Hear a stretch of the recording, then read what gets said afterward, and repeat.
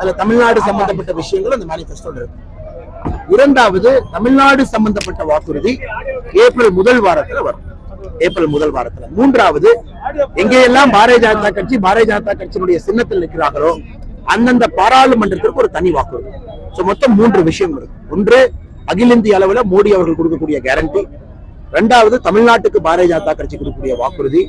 மூன்றாவது, இண்டிவிஜுவலாக ஒரு பாராளுமன்ற தொகுதியில நம்முடைய வேட்பாளர்கள் கொடுக்கக்கூடிய வாக்குறுதி. 3 விஷயங்கள் எல்லாமே ஏப்ரல் முதல் வாரம் 8ஆம் தேதிக்குள்ள வந்திருக்காங்க.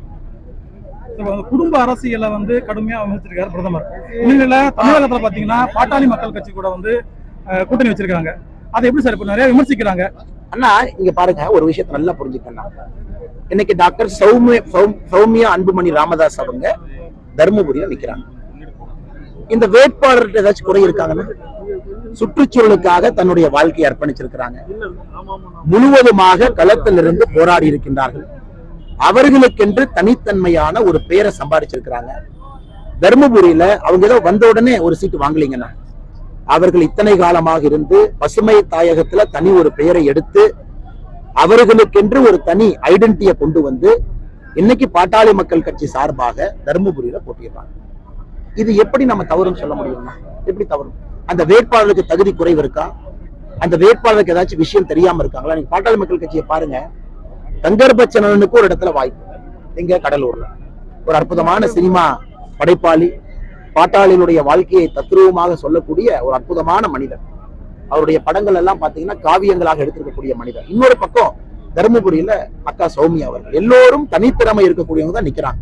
அதே போலதான் பாரதிய ஜனதா கட்சி. பக்கத்து தொகுதி சிதம்பரம் பாருங்க. இதற்கு முன்பு மேயராக இருந்த பட்டியலினத்தில் இருக்கக்கூடிய ஒரு சகோதரி இந்தியாவுடைய உயர் பொறுப்புக்கு கொண்டு வர வேண்டும் என்கின்ற நோக்கத்துல சகோதரி கார்த்தியாயினி அவர்களை களமிறக்கி இருக்கின்றனர். எல்லா கட்சிகளும் யோசிச்சுதானா? திமுக மாதிரி அவங்களுடைய அப்பா மந்திரி, எல்லா பசங்களையும் எம்எல்ஏ எம்பி எலெக்ஷனுக்கு இறக்குங்க, அந்த மாதிரி இல்லையே.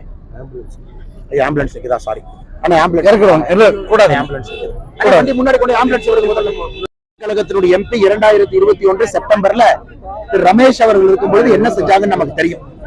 ஒரு பாட்டாளியை உழைக்கக்கூடிய கோவிந்தராஜ் அவர்களை அடித்து துன்புறுத்து கொலை செய்தது மட்டும்தான் திராவிட முன்னேற்ற கழகத்தின் எம்பியுடைய சாதனை. அதனாலதான் இந்த முறை தெளிவா திமுக நிக்காம இந்த சீட்டை கூட்டணி கட்சிக்கு தள்ளி விட்டுட்டாங்க. யாராக இருந்தாலும் கூட தங்கர்பச்சனன் அவர்களுக்கு போட்டி யாரும் இங்கு இல்லை. அவர் ஒருவர் மட்டும்தான் அவருக்கு நிகர்.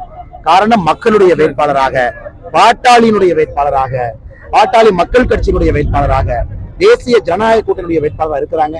ஆனால் கடலூரை பொறுத்தவரை மிகப்பெரிய வாக்கு வித்தியாசத்திலே அண்ணன் தங்கர்பச்சன் அவர்களுடைய குரல் இத்தனை காலமாக சினிமா துறையில ஒலிச்சது.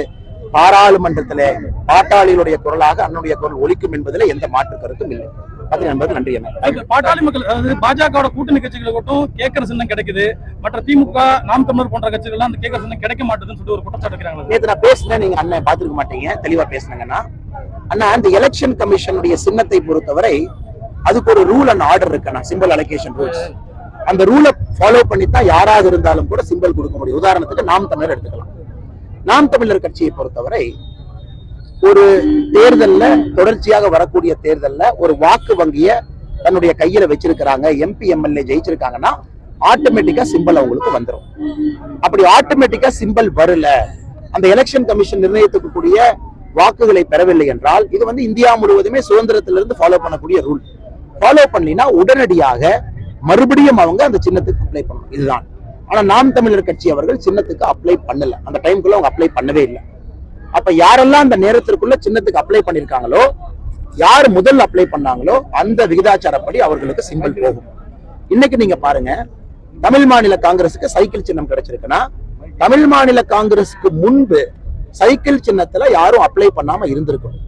அதாவது அந்த குறிப்பிட்ட காலக்கெடுவுக்குள்ள எந்த ஒரு கட்சி சின்னத்தை அப்ளை பண்றாங்களோ அவர்களுக்கு முன்னுரிமை கொடுப்பாங்க. இது எல்லாமே டிரான்ஸ்பரண்ட் ஓபன் ப்ராசஸ். உதாரணத்திற்கு நாம் தமிழர் கட்சி டெல்லி ஹைகோர்ட்டுக்கு போனாங்க, டெல்லியில் இருக்கக்கூடிய உயர்நீதிமன்றத்திற்கு போனாங்க.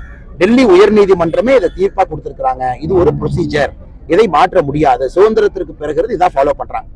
அதே போல ஒரு இடத்துல நிக்கிறாங்க சில கட்சிகள் தமிழ்நாட்டுல, அவர்களுக்கு சிம்பிள் கிடைக்கல. அதுவும் ஒரு ப்ரொசீஜர் தான். தமிழ் மாநில காங்கிரஸ் 3 இடத்துல நிக்கிறாங்க, அமமுக 2 இடத்துல நிக்கிறாங்க. அவர்களுக்கு முன்பாக அந்த சிம்பிளை யாரும் கேட்கல. இது ஒரு டிரான்ஸ்பரண்ட் ப்ராசஸ்.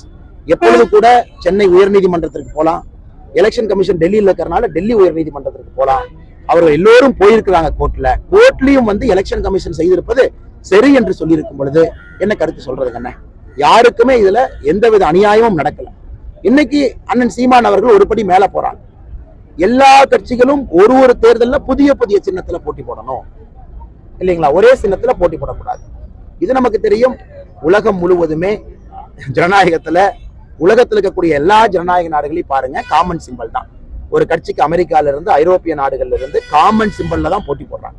அது ஜனநாயகத்தில் இருக்கக்கூடிய ஒரு முறை. அதாவது அவர்களுக்கென்று வாக்கு வங்கி, அவர்களுக்கென்று மக்களவை உறுப்பினர்கள், நாடாளுமன்ற பாராளுமன்ற உறுப்பினர்கள், சட்டப்பேரவை, உள்ளாட்சி பிரதிநிதிகள் இருக்கும் பொழுது உலகம் முழுவதுமே இதான் சிஸ்டம். அதனால் வெக்தியில வந்து இதை செய்யணும் அதை செய்யணும் என்று பேசுவது கூட மக்களும் பாக்குறாங்க. அது ஏற்புடையதான், மக்களும் கேட்கிறாங்க.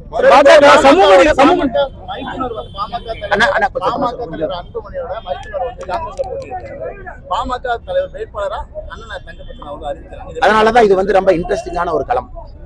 காரணம், அரசியல் என்று வந்துவிட்டால் களத்துல அண்ணன் தம்பி மாமா மச்சான் இந்த உறவுகள் எல்லாம் யாரும் பார்க்க போவது கிடையாது. தங்கர் பச்சன் அவர்களை போன்ற ஒரு பலமான வேட்பாளரை கடலூர்ல இறக்கி இருக்கிறாங்கன்னாவே தெரியுது. பாட்டாளி மக்கள் கட்சியை பொறுத்தவரை இந்த தொகுதியை வென்றெடுக்க வேண்டும், தேசிய ஜனநாயக கூட்டணியை பொறுத்தவரை இந்த தொகுதியை வென்றெடுக்க வேண்டும் என்கின்ற அக்கறையில தான் தங்கர் பச்சனை போன்ற வலிமையான வேட்பாளர் களத்தில் இருக்கிறாங்க. அதனால் உறுதியாக இவர் வெல்வது நிச்சயம், அது சத்தியம். எதிரான கட்சி நீங்க தகவல் சொல்றதா அவங்க குற்றச்சாட்டு வச்சிருக்காங்க. ஒரு படித்த வேட்பாளர் வந்து இது மாதிரி தவறான தகவல். என்ன தகவல்? என்ன தவறான தகவல் சொல்லுங்க. நீங்க கொடுத்த இந்த வேட்புமனு இதுல வந்து என்ன தவறான தகவல்? என்ன தவறான தகவல்? சொத்து விவரங்கள் அதுல இருக்கு.